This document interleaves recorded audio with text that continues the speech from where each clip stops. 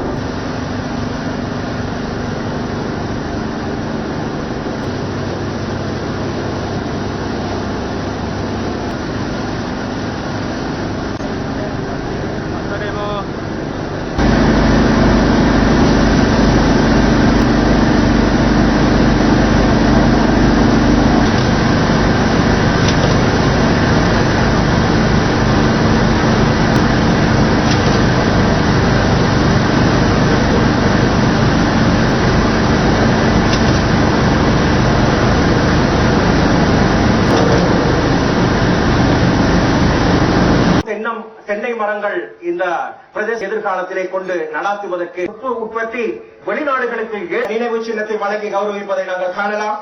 கடற்தொழில் மற்றும் ஹந்துநெத்தி ஐயா அவர்களுக்கு அந்த நினைவு சின்னம் தற்பொழுது අද දවස උතුරු පළාතේ මේ අලිමංකඩ ජනතාවට විතරක් නෙමෙයි මුළු ලංකාවේම සියලුම ජනතාවට අති විශේෂ වැදගත් දවසක්. சத்துரு වෙන්න පුළුවන් දවසක්. இன்று வடக்கு மாகாணத்துக்கு மட்டுமல்ல, ஆணையிரவு பிரதேசத்தை சேர்ந்த மக்களுக்கு மட்டுமல்ல, இது முழு இலங்கை தேசத்தினுடைய மக்களுக்குமே விசேடமான ஒரு நாளாக நான் கருதுகின்றேன். ඒකට ප්‍රධාන හේතුව තමයි අපේ ජාතික ජනබලවේගයේ ආණ්ඩුවේ කර්මාන්තයක් හැටියට නිෂ්පාදනයක් හැටියට පළවෙනි නිෂ්පාදනය තමයි අද අපි මේ ජනගත කරන්නේ ලංකාවට ලබා දෙන්නේ. இன்று இந்த நிகழ்விலே எங்களுடைய அரசாங்கம் தங்களுடைய செயற்திட்டங்களிலே முதலாவதான அந்த வெற்றிகரமான பொருளையை நாங்கள் மக்கள் மத்தியிலே கையளிக்கப் போகின்றோம்.